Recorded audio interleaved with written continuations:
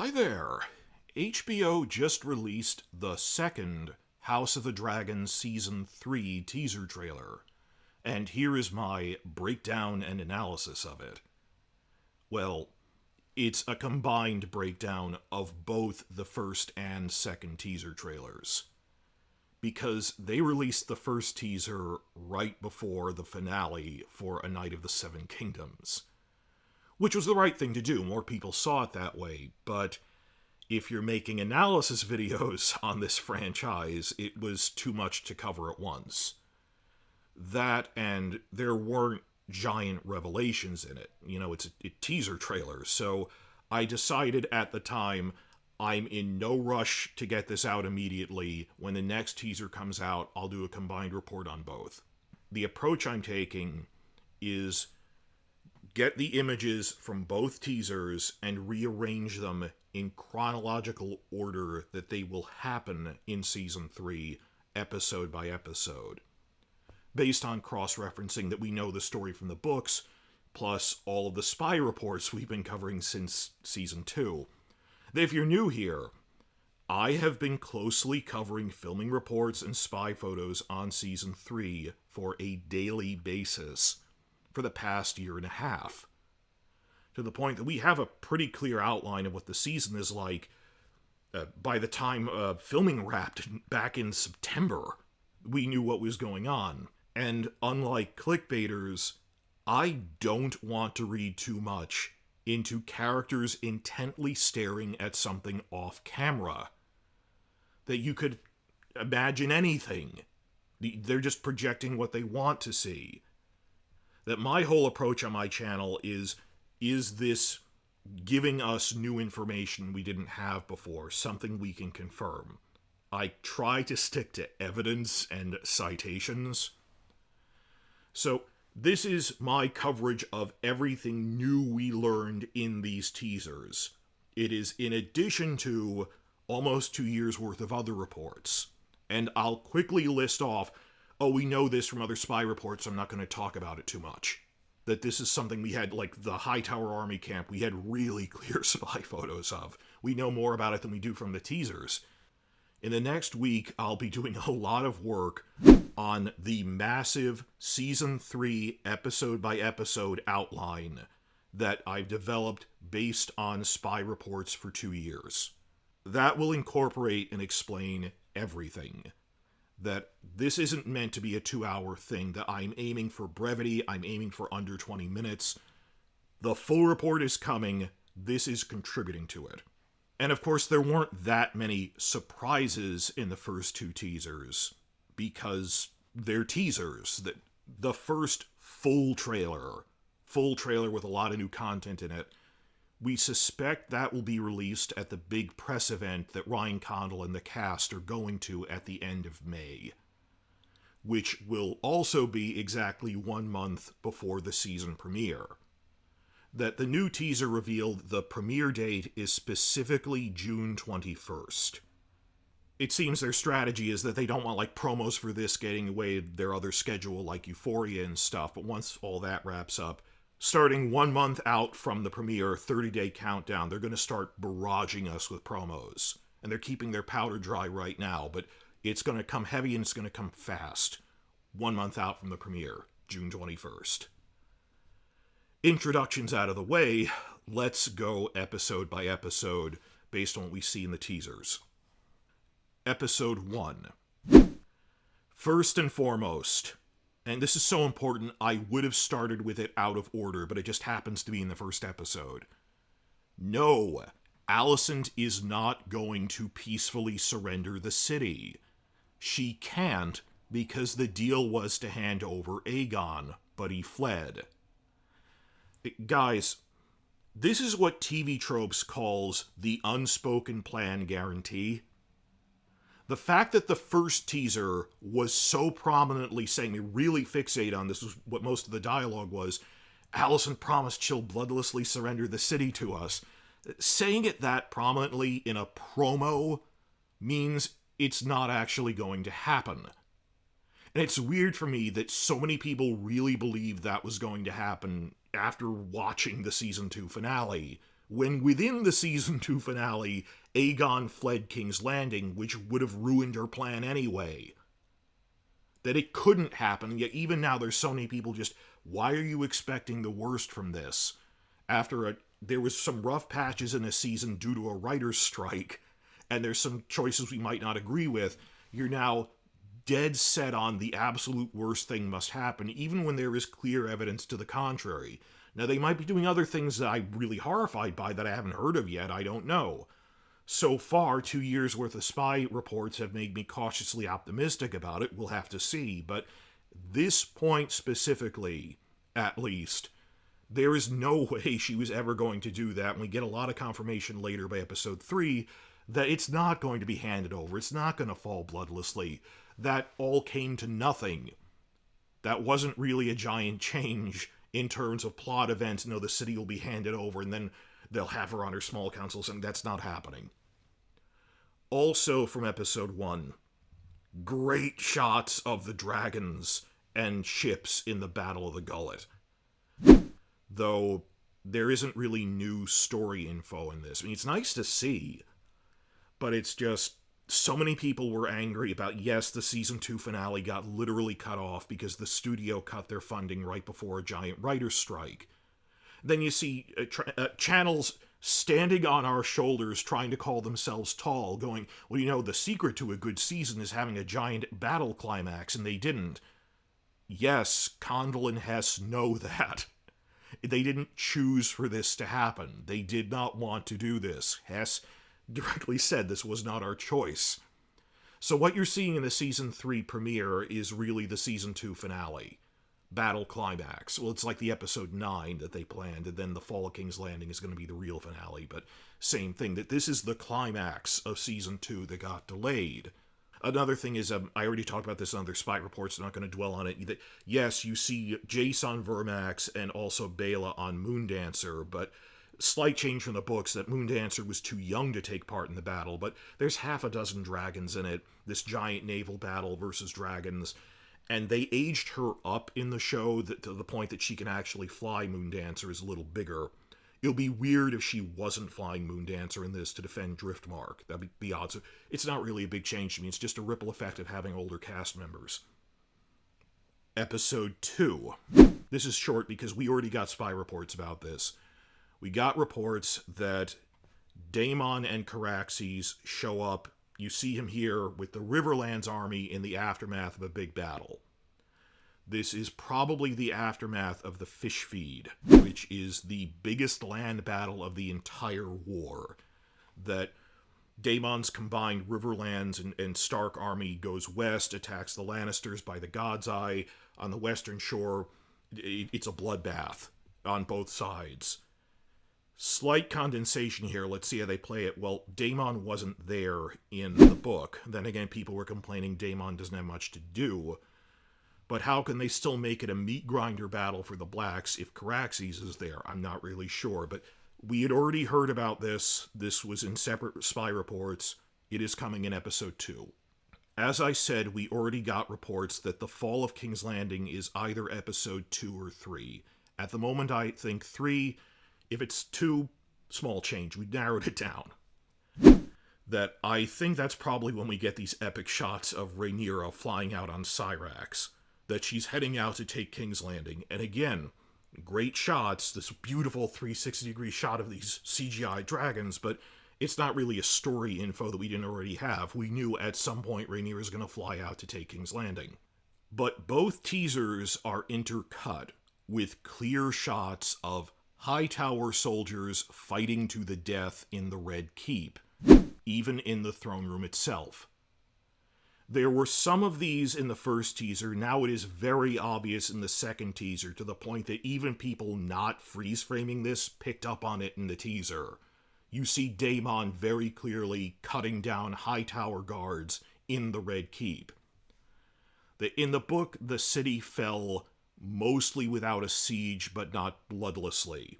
Because they lured Aemon's army out, Cole's army out, to go and attack Harrenhal, they left behind a skeleton defense force of Hightower soldiers and the City Watch, but the Gold Cloaks are really loyal to Daemon.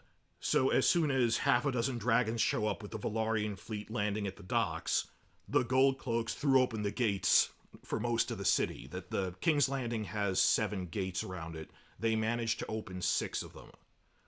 One gatehouse, the Mud Gate, the Hightower guards managed to fight off the Gold Cloaks, and they were themselves besieged in their own guardhouse from both sides of the wall.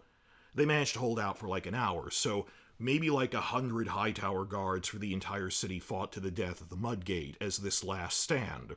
I think what the TV show is doing as a understandable condensation is, rather than have this at the Mud Gate, let's move it to being in the Red Keep itself, this skeleton defense force of the last Hightower guards, who for the sake of honor decide to fight to the death in the throne room. I get that, that's fine.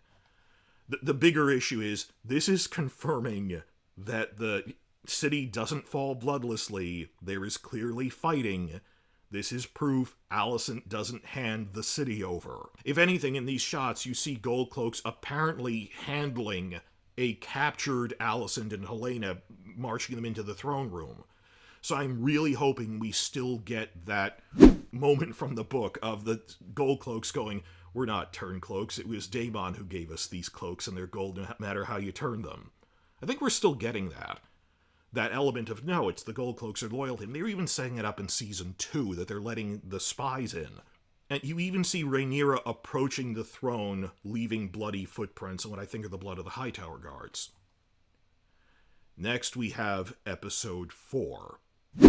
We have a lot of spy info on this because a casting sheet leaked, and then we got really good spy photos of the Hightower army camp in the Reach. That because we knew what director was doing it, we confirmed it was all in Episode 4. We see the main Hightower army, this is the biggest land army on either side, led by Otto's nephew, Ormund Hightower. Now, we got such good spy photos of Ormund that when we actually saw him in the first teaser, it didn't even feel new to me. But it's nice for all, the general audience that this is Ormund. Second teaser, we see a bit more of him, he even gets speaking lines, which is nice. One new thing, though, is we get better shots of someone we also saw in the spy photos, Ormund's right-hand man, Bold John Roxton. And also here, if you look closely, both men are carrying their Valyrian steel swords. Like the Starks and others also have Valyrian steel swords they bought from the Valyrians over the centuries of their heirlooms. That Ormund has the Hightower ancestral sword, Vigilance, whereas John Roxton's Valyrian steel sword is Orphan Maker. We don't see Daeron here, of course, because I figured this out, that there's this whole invented subplot we've confirmed with a fake Daeron that they pass off to his uncle to fool the Blacks. I'm going to make a follow-up video to refresh everyone on that just quickly. Also, it's nice that we actually get even better shots of Daeron's dragon Tessarion in this.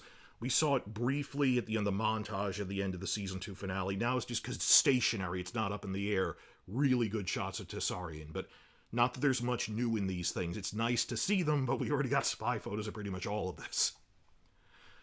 Second thing from Episode 4, again, stuff we already got giant spy reports on. Aegon will have a giant story arc this season. We are really looking forward to it. He's not just abandoned.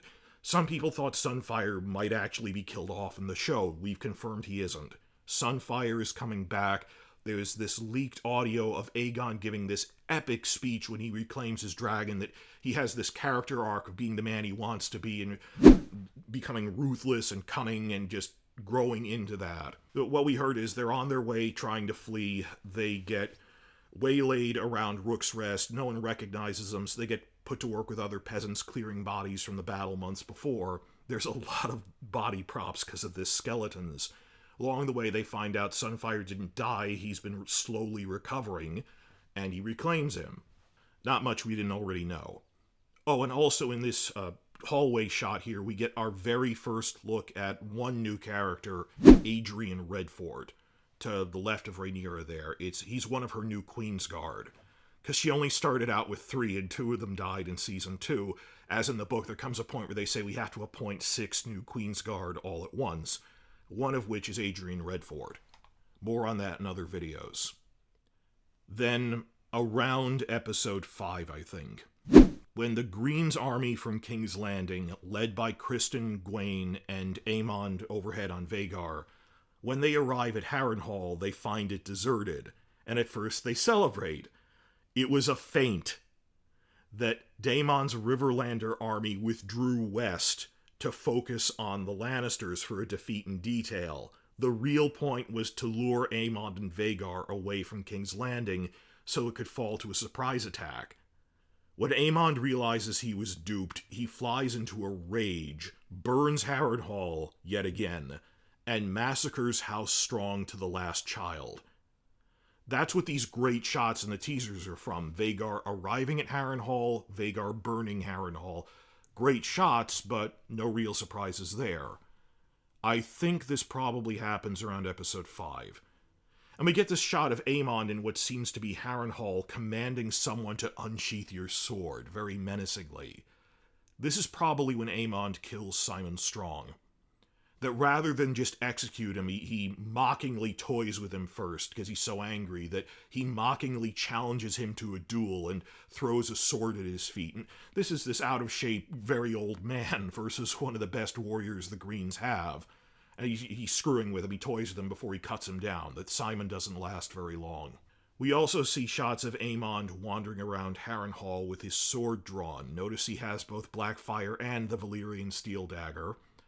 We know from leaks that he will be having visions and dreams and a subplot with Alys Rivers, which actually makes more sense. He was the one who had a relationship with Alys Rivers in the book. It just has one line going, if Daemon encountered Alys Rivers, we never heard of it. But that will be a main thing. We've heard other spy reports about that. I'll cover that in other videos. Episode 6, I think. Around 5 or 6-ish. We see shots of a haggard and muddy Criston and Gwayne fighting Riverlanders. That after Aemond burns Harrenhal, he abandons his own land army to wage a one-man, one-dragon war of revenge from the air. That he swoops out of the sky and starts firebombing all the major castles in the Riverlands, attacking the civilians, attacking the garrisons, in hit-and-run attacks. Meanwhile, Criston and Gwayne's smaller army try to fight their way south to link up with Ormund's main army in the Reach, but the Riverlanders use scorched earth tactics against them, and occasionally ambush them, hit-and-run attacks by land. We have heard from other spy reports that the Butcher's Ball is in episode 6, which is the climax of that. I don't think these specific images are from that. I think these are just other harassment attacks, because you can see they're being attacked in their own camp. Whereas the Butcher's Ball, they were lured in somewhere. And finally, episode 8. We know from copious spy footage that the season 3 finale is the first Battle of Tumbleton. This is confirmed. They built this entire exterior set. We saw army camp sets. It is first Tumbleton. Anyone saying otherwise is pure clickbait. We have known this since last summer. Season 3 ends on first Tumbleton. Though we also know they're playing it a little differently than what the books did. It's like one side captures the city, then the other side recaptures it. This is a little different. We're not really sure what they're doing yet. In the teasers themselves, though, we only get a few brief shots of this. That one shot of Daemon moving map marker pieces around on a map there, that's actually a map of Tumbleton. That's not a map of King's Landing, like we initially thought, of planning to take the city. No, it's a different map.